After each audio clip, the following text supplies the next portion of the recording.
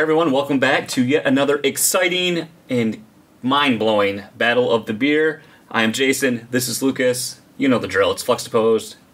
We like beer, and now's the time where we each bring a beer head-to-head for a little fun. So let's just go right into it, Lucas. What have you brought today?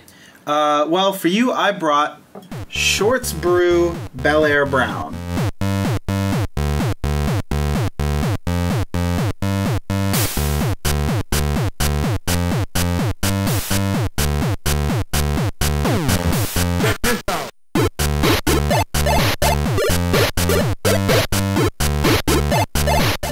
As they put it, a classic American brown ale. So, All American, classic. I like this. It should be a good base for testing the style, everything. comparison. Yeah. And while you're opening, I brought today the Dark Horse Boffo Brown Ale. So, as you can tell, since I didn't bother to tell you at the beginning, brown ales was our theme yet again today. You'll see we also have new glassware. Yes, get a little bit more in there. We upped the budget for Battle of the Beer. Thanks to viewers like you. I should probably pour some for myself, huh? Yeah, you might want to do that. Yeah. So, yeah, it's got a nice little bubbly head. Got some nice carbonation flowing. It's got a really good... Look at that. One bottle fits in both. Perfect. That's awesome. Nice little amber color, which I like. Amber's the color of your energy. Now, we did make a couple changes to our rating system based on some listener feedback we had received. We still have the appearance of the beer, taste, aroma, and then we've added mouthfeel. So describing how the body of the beer feels in the mouth, if you can taste carbonation with the alcohol sensations, things like that, and then overall satisfaction as well. So we'll still take an average of that, but just, make it sound a little more like we know what we're doing, perhaps. I don't know. So I like it. I like the color. I like it. You have it's got brown, but with the light, you really pick up an amber color too. And I like how the color dissipates through towards the bottom of the glass. Kind of looks like maple syrup. Yeah, and it's got a really nice head on it as well. Let's. Mine's like, I don't know what I did differently, but well, yeah, you rookie pour, I guess. I don't know. That's my nickname, Rookie Pour. I'm still terrible at picking up any type of aroma or anything, so I can't get like a distinct something that I could describe. So You can't put your tongue on it, so to speak. No. So I'm just gonna taste it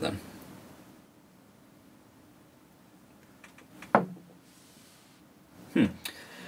Mouthfeel, interesting to describe because you can taste a little of the carbonation there, a little kind of a slight bubbling feeling, but it doesn't. It's not too thick. It's not too thin. I think I like the body. It's like a nice light. I guess it kind of does feel light a little bit.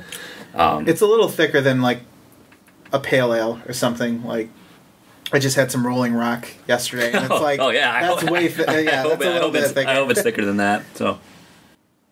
But yeah, after doing the stouts, it's definitely not that thick. That's for sure. You don't really get up. Well, especially after like the ones we did last week, you really got that alcohol hit from it, and I don't notice that in this at all. As far as distinct flavoring, I'm not pulling too much that I could comment on. Like this is just a brown ale, so there's not going to be any flavor notes or anything like that. There's not going to be any nut or any added flavors, right? So it's just what you expect from a classic all-American American brown ale. It's not very complex. You're saying it's more like.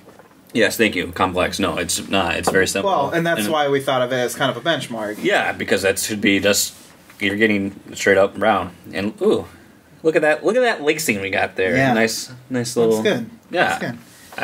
I'm happy with it. I'm not saying there's nothing wrong with being a simple beer. I mean, it's very enjoyable. It's very drinkable. I mean, what was the ABV on it? Was it's not listed on the bottom, unfortunately.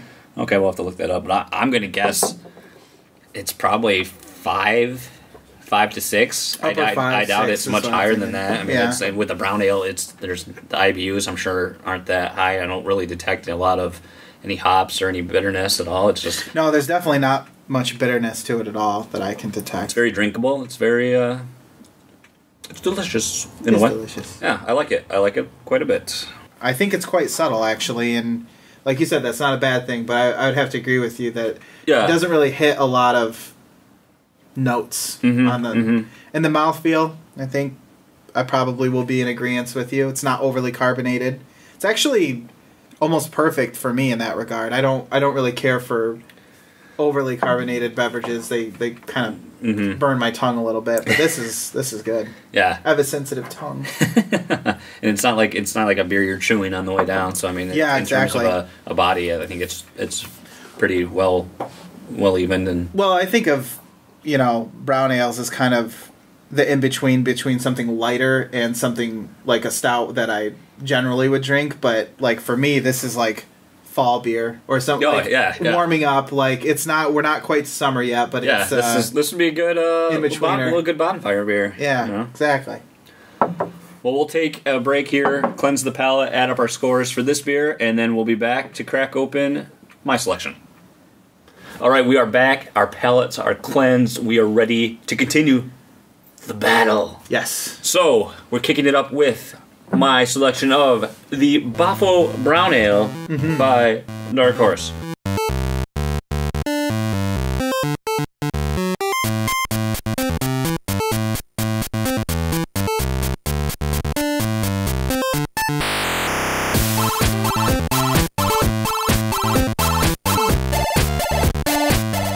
So, notice we had to get rid of the Zelda bottle opener because it was just inferior. It made us look like fools. Bottle opening. Now, see how smooth that came off this time? That was much classic.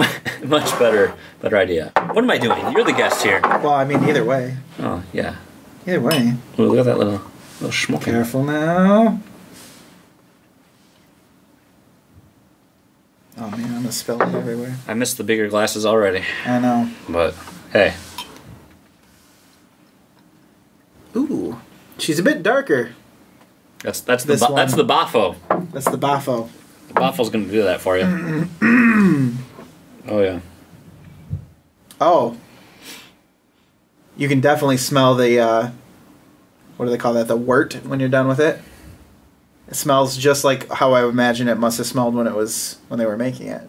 Very strong, very oatmeal-y. I don't think there's any description because I get it. I'm getting something, immediately in that aroma. It has that grainy smell to it. I like it. I'm not saying it's bad. It's definitely different. It's a sharp contrast from what we had the first beer, which is very, as we said, very simple, very basic. But then this has a little more complexity. Yeah. I like it. And like you said, the color. It's a little darker. That same, nice amber to brown, but a little darker. It's definitely darker. I don't know if that's because of the glass, but I'm guessing that it is just a bit darker.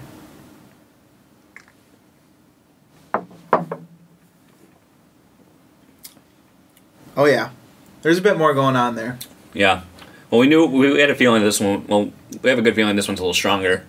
Yeah. So this one listed the ABV, which is 7, so it's a little stronger. And you can definitely taste a bit of how it smells. Like it tastes how it smells for the most part. Gotta have that Boffo. Yeah.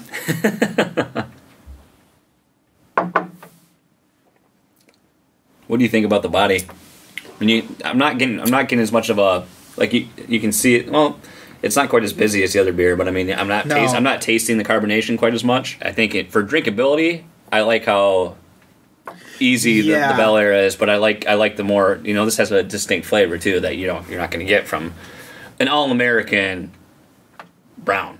As it says on the label. It says on the label, but. It definitely has, like you said, a very distinct taste that you can't just like ignore. Basically, it's speaking of I didn't really talk about the labels yet. I know that's one of my favorite things to do is look at these labels. So on this one, it's kind of a clock tower deal thing going on there. This one's got a weird face. How would you even describe that face that's going on there? That's the Boffo. That's the Boffo? I don't know what a Boffo is. I was going to say, I don't know the legend of the Boffo, but apparently I think he is a mystical, shamanistic vagabond that travels around and bestows blessings on tribes, and as tribute, they make alcohol and serve it to him. Okay. And he pees in the beer, and that's where the taste comes from? Yes. He pees excellence. Does he ever? At 7.0% ABV. So, well, on that note, why don't we tally up the scores for the Bellaire, and then we'll come back with the grand reveal of this month's winner. Sounds good. All right, we've used the Fluxtaposed beer 5000 super calcometer. You're just trying to get me to say cock, aren't you?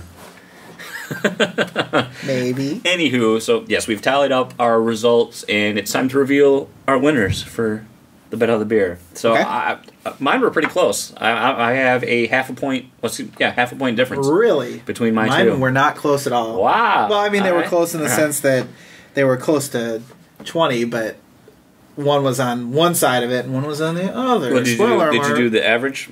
I did the average. So how are you getting 20? What? I don't know. That's a good question. I don't know how to do math. Oh, you know what? I bet I know what happened. It's because I put it all in and then did divided by 4 at the end. So it probably divided by 4 first. Now that we've corrected your mathematical abilities, we have the scores. So now can I ask you, were yours close? Or? No, they weren't still. Even though I did it wrong. But I did it right this time and they're still not close. All right. Well, I had... We'll start off Dark Horse. I gave a 7.5. The Boffo Brown. That's how it all came across. 7.5. Yup, I was like 7 to 8 and across the board in the categories. Oh wow, okay. I gave it a 5.75. And what really brought it down for me was the taste. You know, I thought about it, and you know, if I think of something as being kind of the benchmark, or it doesn't have if it's just that flavor I expect, then I usually rate it around a 5 because it's, you know, that's the average really. And for me, I thought about it. I was like, do I want to drink a 6-pack of this? Not really. Oh, okay. I kind of don't. That's fair. Not that it tastes bad, but that's how I look at beer now. I don't think there's a bad beer. There's good, there's great, and spectacular. But, I mean, I like all beer. You know. Yeah. So. Okay. No, that's fair. I'm okay with drinking one, but 6 of these. Just not your Not to your palate. You know. No. Well, what about how'd you score your Bellaire? Now the Bellaire Brown. I actually ended up with a 7. And a lot of that was the mouthfeel. I really, this is probably the beer that I would go to for that specific category. It's not too light, it's not too overcarbonated, and I just, from that aspect alone, it has drinkability for me. So, and with it not being so dark, you know, it's almost a perfect go-to that I haven't even had before. So it's kind of a nice learning experience as well. How about you? I actually gave it an 8. Wow. So I like the simplicity. You're right. Those work. So yeah, I had 7.5 and an 8. So dang. Yeah. So it's the Bellaire Brown. All right. So Bellaire Brown was our coup de grace, our winner this week. What are we thinking next time? Do we want to go? We're going to be into March. Well, it'll be March, April. So I don't know if we want to do like a pale ale, or I don't know about an IPA, but maybe just straight up pale ale. Yeah, I think we could kind of. It's almost like we're going the IBUs across the board, starting at the lowest, and then kind of growing. Building. Yeah. So yeah, I think pale ales would be good. All right, so come back next time for pale ales, and if you like this brand of nonsense that we do, you can check out our podcast at fluxtaposed.com and just keep hanging out this channel for more videos like this.